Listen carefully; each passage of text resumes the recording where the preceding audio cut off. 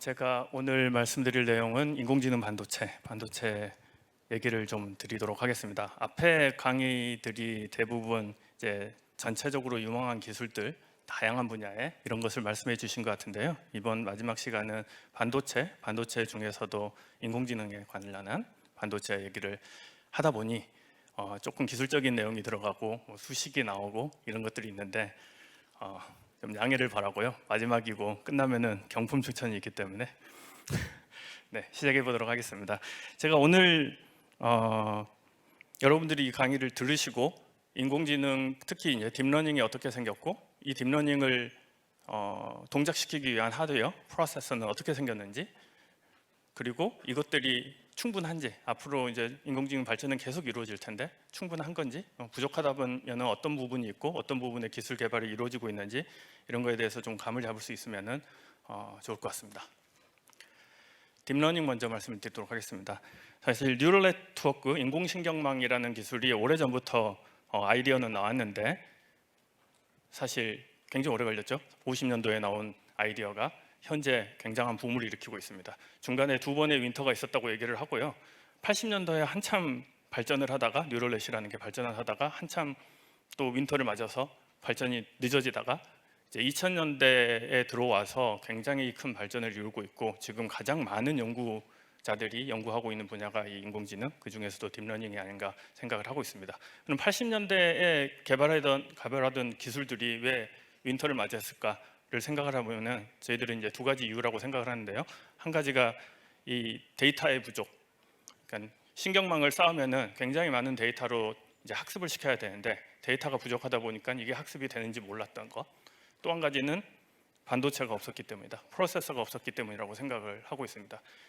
GPU가 나오면서부터 컴퓨팅 파워가 이제 병렬 처리를 충분히 할 수 있게 되고 병렬 처리가 충분해졌을 때 이제 학습을 할 때 1년이 걸려야지 학습이 되던 것을 며칠 만에 학습할 수 있고 몇 시간 만에 학습을 할 수 있게 되면서 사실 연구가 실제적으로 일어날 수 있었던 것 같습니다.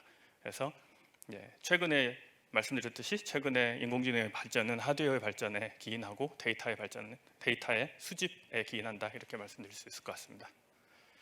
그 앤드류 교수가 설명을 하던 그 그림인데요. 로켓에 비유했습니다. 딥러닝을 로켓에 비유를 하고 이쪽에 엔진이 컴퓨팅 플랫폼이다. 그러니까 인공지능 반도체가 되겠죠. GPU로 대표되고 있고요. 이쪽에 연료로 사용하는 게 데이터다. 이렇게 생각하시면 쉬울 것 같습니다.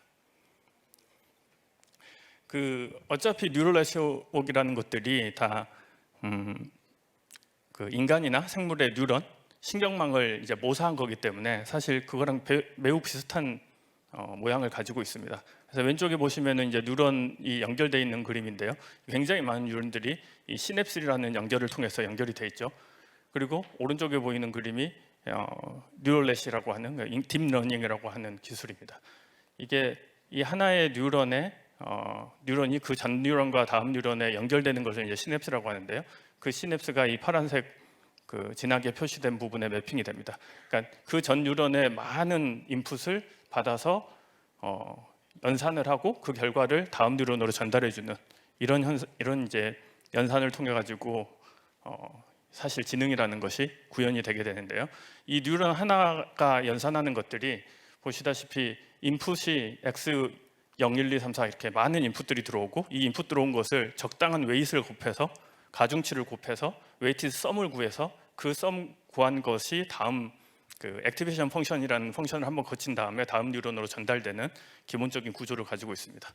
그래서 이걸 수식으로 생각을 해보면은 자세한 내용은 설명을 안 드리겠습니다. 매트릭스 연산으로 모든 것이 표현이 됩니다. 대부분의 것들이. 그래서 이 뉴런의 연산들이 매트릭스 연산으로 표현이 되고 이 매트릭스 연산을 잘하는 컴퓨터가 AI를 잘 계산한다, 이렇게 생각해도 크게 틀리지 않을 것 같습니다. 그 앞에 보였던 것은 단순한 이제 뉴럴 네트워크이고 이 뉴럴 네트워크가 굉장히 많은 발전을 해 왔었습니다. 굉장히 많은 발전을 해 와서 다양한 뉴럴넷이 있고 학습 방법도 다양하고 다양한 액티베이션 펑션들도 있고 한데 기본적으로는 아까 말씀드렸던 그 매트릭스 연산에 기초한다고 보시면 될 것 같습니다. 그 인공지능이 이제 정말 산업 다양한 분야에 다 쓰이고 있기 때문에 여러분도 잘 아시다시피 어떻게 보면은 인공지능, 딥러닝이라는 기술이 기초 기술이 돼가고 있습니다. 어느 산업 분야든 다 쓰고 있는 기술 이미, 그리고 점점 확대해 나가고 있고 기술 발전이 굉장히 빠른 분야라고 생각하시면 될 것 같습니다. 그래서 앞에 말씀드린 그러한 인공지능이 이 컴퓨터, 프로세서라는 부분에서 어떻게 매핑이 되는지 간단히 설명을 드리도록 하겠습니다. 아까 뉴럴넷도 말씀드렸지만 컴퓨터 아키텍처도 사실 폰 노만이라는 분이 아키텍처를 만들어 놓은 게 40년도에 만들어 놓은 게 아직까지 큰 틀을 유지를 하고 있습니다. 폰 노만 아키텍처라고 하는데요. 크게 그래서 보시다시피 프로세서 안에 컨트롤 유닛하고 아리스메틱 유닛이라는 게 있습니다. 컨트롤 유닛은 이제 제어를 하는 거고요. 아리스메틱 유닛은 계산을 하는 유닛입니다. 그래서 이 프로세서 안에 이 두 가지 유닛이 메모리로부터 명령어를 받아서, 인스트럭션이라는 게 명령어고요. 메모리에서부터 명령어를 읽어와서 아리스메틱 유닛에서 연산을 하는데 인풋 데이터를 받아서 연산을 하고 중간 데이터를 메모리에 저장하고 그리고 읽고 이걸 반복하다가 결과가 나오면 아웃풋으로 내보내주는 이런 형태의 기본적인 연산을 하고 있는 게 컴퓨터고요. 폰 노만 아키텍처고 그간 한 80년이 넘는 기간 동안에 컴퓨터 아키텍처가 굉장한 혁신을 일으켜 왔지만 이 구조에서 크게 벗어나지는 않았습니다. 그래서 기본 그 구조에서 컨트롤 유닛이라는 게 굉장히 비대해지고 커진 게 일반적인 CPU입니다. CPU는 다양한 프로그램을 동작시켜야 되기 때문에 프로그램이 다양하더라도 잘 동작해야 되기 때문에 컨트롤 플로우를 잘 연산을 해줘야 됩니다. 잘 따라가줘야 되기 때문에 컨트롤 유닛이 굉장히 커졌다라고 보시면 되고요. 아리스메틱은 상대적으로 작고, 근데 앞서 말씀드렸던 뉴럴넷이라는 것은 매트릭스 연산으로 이제 표현될 수가 있는데요. 이 연산을 이 CPU에서 어떻게 동작시키느냐 생각해 보시면은 이 각각이 다 곱하기와 더하기 연산들입니다. 기본적으로 이것들이 아리스메틱 유닛 하나에서 소수개에서 계속해서 연산이 돼야 되기 때문에 CPU는 기본적으로 이 연산 하나하나를 룹을 돌면서 연산한다라고 보시면 됩니다. 보시기만 해도 되게 답답하죠. 그러다 보니까 CPU 가지고만 AI 발전을 이루기는 상당히 어려웠던 거고요. 이후에 이제 GPU라는 것이 나옵니다. GPU는 화면의 픽셀들의 컬러를 계산하는 목적으로 만들어진 프로세서인데 상대적으로 컨트롤 유닛이 작고 아리스메틱 유닛이 다수 개가 있습니다. 그래서 컨트롤 유닛은 간단한 컨트롤만 하면 되는데 패러렐로 여러 연산들을 아리스메틱 유닛에서 한꺼번에 처리하는 형태로 되어 있습니다. 여기서 스레드라고 표현을 했고요. 이것들이 앞서 말씀드린 뉴럴넷 연산, 매트릭스 연산에 매핑을 시켜보면은 앞에는 하나하나 계산하는 것들을 이제 스레드 하나가 이제 하나의 롤을 이제 할당을 받아서 처리할 수 있게 됩니다. 예시를 든 거고요. 이것들이 계산할 때는 이제 한꺼번에 계산이 되겠죠. 그러다 보니까 GPU가 나오면서 이제 뉴럴넷의 발전이 굉장히 가속화됐다 이렇게 보시면 되고, 이걸로 충분하냐라고 생각을 하면은 충분하진 않습니다. 이걸로 부족하기 때문에 뉴럴넷을 더 잘 계산할 수 있는 컴퓨터가 계속 나오고 있는 거죠. 프로세서가. 그게 이제 NPU라는 거고요. 네, 그게 NPU라는 거고, 보시면은 마찬가지로 컨트롤 유닛은 굉장히 작고 아리스메틱 유닛은 어레이 오브 펑션 유닛이라고 했는데요. 기존의 GPU보다 훨씬 커지고, 그게 단순히 이제 벡터 형태가 아니고 2D 매트릭스 형태로 어레이 형태로 보통은 만들고 있습니다. 그러면 얘가 매트릭스 연산을 어떻게 하느냐? 이제 아까는 하나하나 룹을 돌면서 했고, 이제 여러 스레드가 룹을 나눠서 계산했다고 하면은 보통의 경우는 한꺼번에 계산을 합니다. 쉽게 생각해서 이 매트릭스 전체를 하나의 어레이, 아리스메틱 어레이가 한꺼번에 계산하도록 설계가 주로 되고 있습니다. 그러다 보니 훨씬 더 빠른 속도로 뉴럴넷 연산을 할 수 있게 됩니다. 이게 이제 최근 나오는 AI 반도체, GPU도 사실 GPU 안에다가 이런 NPU 기능을 다 집어넣고 있고요. 요즘 한참 뜨고 있는 수많은 이제 스타트업들과 그리고 글로벌 기업들에서 만들고 있는 NPU라고 하는 것들, 인공지능 반도체라고 하는 것들이 기본적으로는 이런 매트릭스 연산을 잘 수행하도록 만들어지고 있습니다. 저희 사피온도 이런 하드웨어를 만들고 있고요, 칩을 만들고 있고, 여기 ML퍼프라고 하는 그냥 벤치마크 이제 글로벌하게 인정되고 있는 하드웨어 퍼포먼스를 이제 비교하고 이밸류에이션할 수 있는 벤치마크인데 이 중에서 우수한 성적을 거두고 있습니다. 네, 여기까지 해서 딥러닝의 연산이 무엇이고 이게 프로세서에서 어떻게 MPU에서 어떻게 연산되는지에 대해서 간단히 알아봤고요. 그럼 이걸로 충분하냐? 우리는 이제 인공지능이니까 사람의 뇌, 사람의 지능을 연산하기에 이 정도로 충분하냐? 그러면 문제가 있다면 어떤 문제가 있는지 간단히 살펴보도록 하겠습니다. 일단 인간 뇌는 그 뉴런 개수가 1000억 개라고 하거든요. 100빌리언.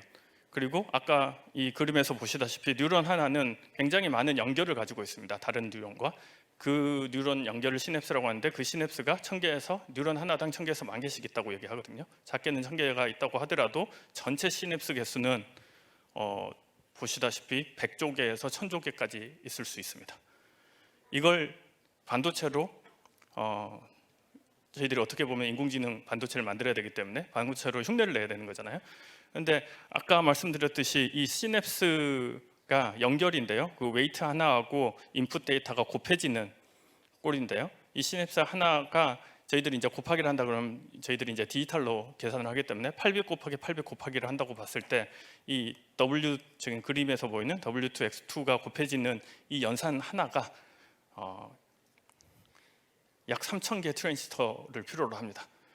그러면 이 시냅스가 아까 말씀드렸듯이 100조 개, 1000조 개가 있는데 3,000개 트랜지스터로 이걸 하나를 미믹을 하고 이걸 뇌를 모살하겠다고 하면은 사실 엄청난 양이거든요. 그 엔비디아 H100이 아직 나오지도 않은 그 GPU인데요. 이제 인공지능 계산이 가장 세상에서 빠르다는 GPU 내년에 출시될 걸로 보이는데 이게 TSMC 4나노 공정에서 약 3cm by 3cm 칩으로 구현이 되어 있습니다. 이 안에 80빌리언 개의 트랜지스터가 들어가 있고요. 이 트랜지스터로 우리 뇌의 그 시냅스를 똑같이 흉내를 내자고 하면은 수백만 개의 칩이 필요합니다. 사실상 어렵죠. 말이 안 되죠. 아직 갈 길이 멀다는 말씀을 드리려고 수치 계산을 좀 해봤고요. 그런데 반도체 기술은 계속 발전해왔으니까 앞으로 계속 발전하면 되지 않을 거냐라고 생각할 수 있는데 안타깝게 반도체 이 공정 기술은 발전의 한계를 점점 맞이하고 있습니다. 예전의 속도대로 나오지 않고요. 대부분의 그래프에서 보듯이 세츄레이션이 되고 있습니다. 클럭 스피드가 세츄레이션이 되고 있고 덴시티가 세츄레이션이 되고 있습니다. 공정이 다음 공정이 나오는 시간이 점점 늘어지고 있고 다음 공정이 나오더라도 성능은 예상보다 빨리 높아지지 않고 있습니다. 그러면 우리가 사람의 뇌를 따라가기에 이제 갈수록 이제 시간이 오래 걸리겠죠. 이제 조금 다행인 것은 그 생물의 뉴런에서의 이 시그널이 전달되는 속도는 1에서 100m/s라고 얘기를 하거든요. 그리고 한 번 시그널, 한 번 이제 틱이 있은 다음에 다음 틱까지의 그 시간 여유가 한 4ms는 필요하다고 얘기를 합니다. 대신 반도체 기술은 사실 전기가 흘러가기 물론 이게 생물학적인 전기냐 아니냐의 차이긴 하지만 전기가 흘러가는 속도이기 때문에 거의 광속이라고 보셔도 됩니다. 물론 이제 매질을 통과하기 때문에 광속보다는 느리지만 광속에 비유할 수 있고 그렇고 여러분들 컴퓨터들은 이제 기가헤르츠로 돌지 않습니까? 그러니까 기가헤르츠라고 하면은 이걸 나눠보면 1나노세컨드입니다. 10^-9 나노세컨드 만에 한 가지 일식을 처리할 수 있습니다. 그러면은 생물보다는 훨씬 빠르죠. 이제 수백만 배 더 빠른 속도를 가지고 있다 이렇게 생각하시면 될 것 같습니다. 그러면은 생각할 수 있는 게 그 뉴런의 그 시냅스의 개수는 훨씬 적은데 속도는 훨씬 빠르다고 하면은 이제 이런 것들을 이제 만드는 것이 컴퓨터죠. 보시면은 그 뉴럴넷은 왼쪽이 이제 딥러닝에 사용되는 딥 뉴럴 네트워크라고 보는데 이게 인간의 뇌를 이제 모사했다고 보면은 이쪽에 뉴런의 개수, 시냅스의 개수는 너무 커서 오른쪽에 있는 아까 말씀드린 NPU라고 하는 반도체 매핑이 안 됩니다. 수백만 개의 칩이 필요하기 때문에 대신 훨씬 빠르기 때문에 사실 이 딥러닝이라는 인공지능 알고리즘을 시뮬레이션하는 게 현재의 반도체라고 보시면 됩니다. 그래서 이 뉴런 하나하나가 하드웨어로 매핑이 되는 게 아니고 이 컴퓨터 안에서 NPU라고 하는 컴퓨터 안에서 이 뉴런들의 행동들을 연산들을 나눠가지고 한 번씩 계산을 해서 시뮬레이션을 해주는 겁니다. 그래서 전체 뉴럴넷이 이거 수십만 번 반복을 해서 하나의 뉴럴넷의 결과를 뭐 그림이 들어갔을 때 고양이다 개다 알려주는 결과를 만들어주는 그런 형태로 발전을 하고 있고, 그게 이제 MPU라고 생각하시면 될 것 같습니다. 이 기술이 사실 이제 가장 요즘에 이제 핫하게 개발되고 있는, 그리고 앞으로 딥러닝을 엑셀러레이션 하기 위해서 다들 필요로 하는 기술이고, 가장 시장이 커지고 있는 기술이라고 보시면 되고, 많은 반도체 기업들이 뭐 엔비디아를 비롯한 인텔, 뭐 퀄컴을 비롯해서 많은 반도체 기업들이 모두 다 집중하고 있는 기술이라고 보시면 될 것 같습니다. 네.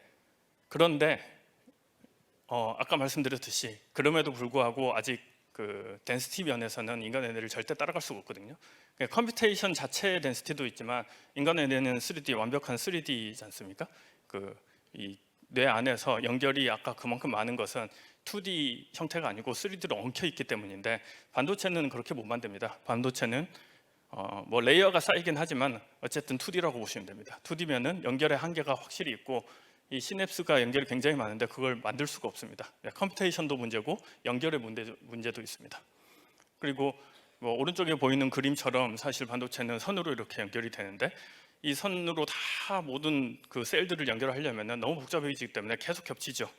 그래서 연결이 안 됩니다. 연결이 안 되기 때문에 공통의 버스라는 걸 놓고, 이 공통의 버스에다가 데이터를 이제 나눠서 어느 순간에는 얘가 데이터를 전송하고 어느 순간은 얘가 데이터를 전송하고 이런 식으로 나눠서 가게 됩니다. 그러다 보니까 인간 뇌에 비해서 효율성이 굉장히 많이 떨어지죠. 이제 이런 것들이 칩 밖으로 나가면 더 커지고요. 칩과 칩을 연결을 하려면은.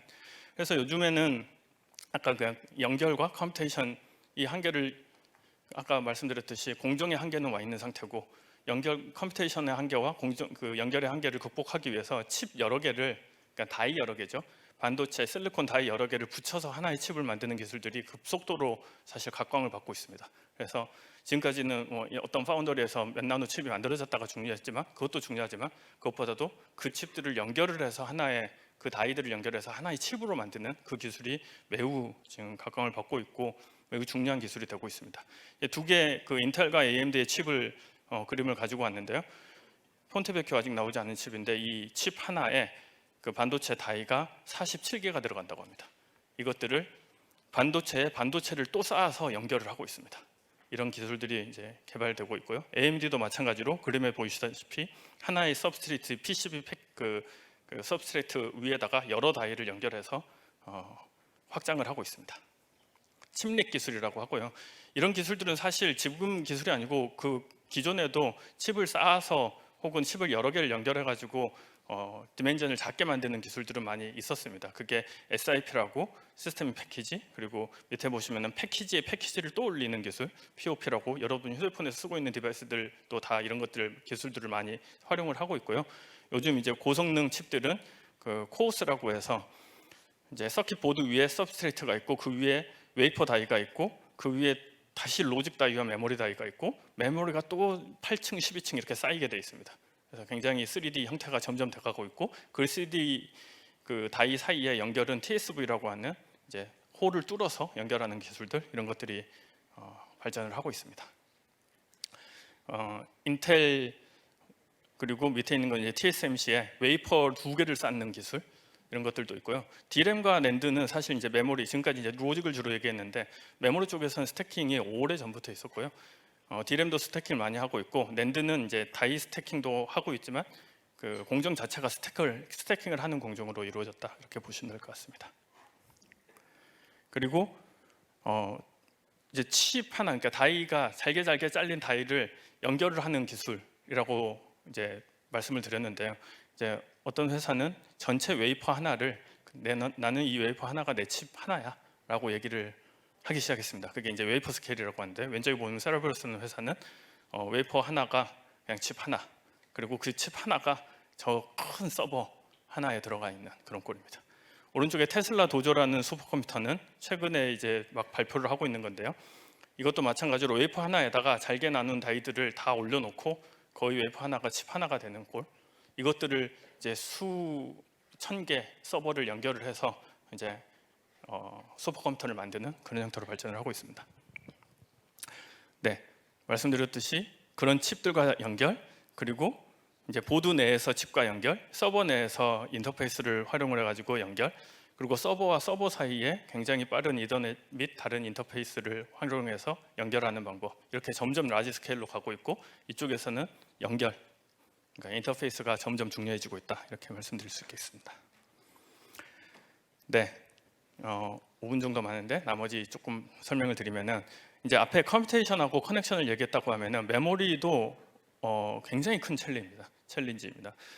그 아까 말씀드렸듯이 시냅스 개수가 1000조개까지, 100조개, 1000조개까지 있다고 하면은, 아까 그 시냅스 하나가 아까 그 웨이트 하나 곱하는 거라고 말씀드렸는데, 이 웨이트 개수가 그만큼 많다는 거거든요. 그러면은 그 웨이트가 한 바이트만 차지한다고 해도 1000테라바이트가 필요하거든요. 1000테라바이트 메모리가, 그러니까 2GB D램으로 1000테라바이트를 만들려면 50만 개가 필요합니다. 사실 50만 개를 넣는 슈퍼컴퓨터를 만들어야지 되는 거죠. 이게 굉장히 큰 챌린지이고, 그뿐만 아니라 그 밴드위스도 문제입니다. 그러니까 뭔가 일을 한번 하려면은 이제 그 메모리 대역폭이라고 하는데요. 뭔가 AI 인퍼런스, 그러니까 추론을 한번 하려면은, 저희가 예를 들어서 라지 모델이 있는데, 이 라지 모델에다가 인공지능 모델에다가 말을 한번 시켜갖고 대답을 나오는데, 이 모델이 수번 단어 개수만큼, 소위 말해서 탁궁 개수만큼 룹을 돌면서 연산을 하거든요. 그때마다 이 모든 파라미터를 한 번씩 읽어와야 됩니다. 그래서 점점 모델이 커지고 있고, 오른쪽 그림을 보시면은 모델의 크기 변화를 나타내는 그림인데요. 여러분들 이제 GPT-3라는 것이 오픈 AI에서 나오면서 여러분들도 많이 들어보셨을 건데, 그게 지금 175 빌리언인데요. 요즘 점점 나오고 있는 거, 다음 버전 GPT-4가 얼마가 될지는 모르나 100트릴리언이 되지 않을까? 100조개가 되지 않을까? 이렇게까지 예상을 하고 있습니다. 그럼 이 많은 것들을 메모리에다 넣으려고 하니 용량도 문제지만, 매번 한번 서비스를 하기 위해서 이걸 다 읽어오고, 그 읽어오는 것도 수번 반복을 해야 되거든요. 그럼 대역폭이 턱없이 부족하게 됩니다. 그래서 이제 아까 이제 엔비디아 H100이라고 하는 그 가장 큰 칩을 예를 들었는데요. 그 칩이 지금 외부 메모리로 80GB를 가질 수 있고, 대역폭으로 3TB/s를 가지고 있는데, 위에 100TB 용량하고 1000TB/s의 대역폭을 만들려면은 이 칩이 이제 또 수천 개가 필요한 거죠. 실제 닥쳐 있는 문제고요. 그 라지 모델 GPT-3를 비롯한 라지 모델들을 서비스할 때 실제로 서비스가 너무 비싸질 수밖에 없는 이유가 여기 다 있습니다. 그걸 해결하기 위해서 어떻게 보면은 부각되고 있는 기술, 이 PIM 기술이고요. 프로세싱 인 메모리라고 하는데, 그러면은 메모리에서 데이터를 읽어오지 말고, 말씀드렸듯이 메모리에서 데이터를 그 프로세서라고는 NPU로 읽어올 때 바틀렉이 생기니, 읽어오지 말고 메모리 안에서 그냥 처리를 하자. 이 밴드위스 바틀렉을 해결하기 위해서. 그래서 일부 연산을 메모리 안에다 집어넣어 놓고, NPU에서는 데이터 밴드위스가 많이 필요하지 않는 연산만 하고, 메모리 안에서 데이터 밴드위스를 굉장히 많이 필요한 연산을 이제 오프로딩해서 하자는 게 기본적인 개념이고요. 사실 기술 개념 자체는 아주 오래전부터 나왔던 건데, 사실 이 응용과 이걸 지원하기 위한 소프트웨어들의 이제 배려가 많아가지고 상용화되지 않았는데, 인공지능이 나오면서, 특히 이런 라지 모델이 나오면서 각광을 받고 있는 기술이라고 생각하시면 될 것 같습니다. 삼성과 하이닉스에서 개발을 하고 있고요.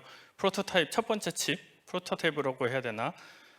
첫 번째 칩이 나왔고요. 이제 양산까지는 가지 않은 걸로 알고 있습니다만, 다음 버전부터 양산을 갈 거라고 생각을 하고 있습니다. 그리고 이제 마지막으로 말씀드릴 것이 에너지 문제인데요. 이제 컴퓨팅과 커넥션과 메모리 말씀드렸는데, 에너지 문제가 사실은 더 크다고 저희들은 생각을 하고 있습니다. 이제 알파고 예를 들었는데 170kW가 들었다고 합니다. 바둑을 두는데, 인간의 뇌가 에너지 소모를 한 20W 한다고 보는데, 알파고가 170kW고, 오른쪽에 보시면은 데이터 센터, 전 세계에 있는 데이터 센터가 소모하고 있는 데이터 그 에너지 소모량이 웬만한 나라보다 훨씬 많습니다. 그런데 아까 말씀드렸듯이 인공지능이 아직까지 굉장히 많이 쓰이고 있는데, 아직까지 여러분들 서비스에 피부에 와닿게 많이 있지는 않거든요. 이것들이 여러분들이 계속 서비스를 받고 있다고 생각하면은, 아까 말씀드렸던 그 라지 모델을 계속 서비스를 받고 있다고 하면은, 이 에너지 소모가 정말 상상을 초월합니다. 그래서 이게 앞으로는 가장 큰 문제다라고 얘기를 이제 드릴 수가 있는데요. 예를 들자면은 그렇게 그렇기 때문에 사실은 이제 앞에 그 NPU가 나오면서 CPU에서 GPU로 되면서 뭐 5배가 빨라졌어요, 10배가 빨라졌어요. GPU가 NPU가 되면서 2배가 빨라졌어요, 3배가 빨라졌어요. 이게 사실 그 스케일로는 부족합니다, 여기서는. 그래서 앞으로 인공지능이 라지 모델이라는 것이, 이렇게 큰 모델이라는 것이 서비스 되는 이제 시점까지 그 워크로드의 크기는 뭐 수백 배, 수천 배, 수만 배가 될 텐데, 그럼 데이터 센터에서 수백 배, 수천 배, 수만 배의 에너지를 소모해도 되느냐? 이제 사실 불가능하거든요. 그래서 가장 중요한 것은 전력 소모 줄이는 거다라고 저희들은 보고 있고요.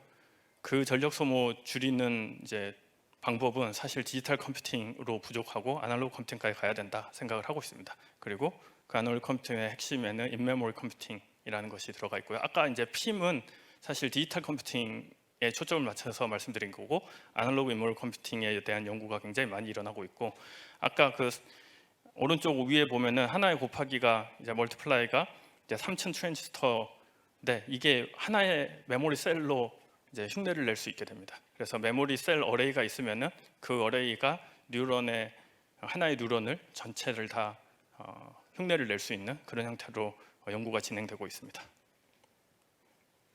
마지막인데요. 아까 앞서서 이제 폰노면 아키텍처가 지금까지 주류를 이루고 있다. 그런데 뉴로모픽은 약간 다른 형태로 발전을 하고 있습니다. 뉴로모픽은 정말 그 사람의 뇌, 생물의 인공식명말을 그대로 흉내를 내려고 하는 거고요. 그러다 보니까 아까 말씀드렸듯이 시뮬레이션을 한다기보다는 뉴런 하나하나를 디바이스 하나하나에 매핑 시키는 방식으로 조금 발전을 하고 있다, 이렇게 생각하시면 될 것 같습니다. 그래서 뉴로모픽은 아직 조금 시간이 필요한 기술이라고들 많이 얘기하는데 가야 될 방향이라고 생각을 하고 있습니다. 그리고 많은 연구들이 뭐 상용화는 되지 않았으나 많은 연구들이 계속 진행되고 있습니다. 네, 마지막 이제 서머리인데요. 딥러닝과 딥러닝 엑셀러레이터, 지금까지의 기술, 지금 가장 각광받고 있는 기술에 대해서 말씀드렸고, 그 기술조차도 한계가 많기 때문에 오른쪽에 이머징 테크놀로지, 스케일을 늘린다든지, 패키지 웨이퍼 레벨 이제 인트그레이션을 한다든지, 메모리에서 계산을 한다든지, 아날로그 컴퓨팅을 한다든지, 뉴로모픽 컴퓨팅을 한다든지 하는 기술로 점점 발전을 하고 있습니다. 네, 지금까지 반도체, AI 반도체 기술과 앞으로 발전 방향에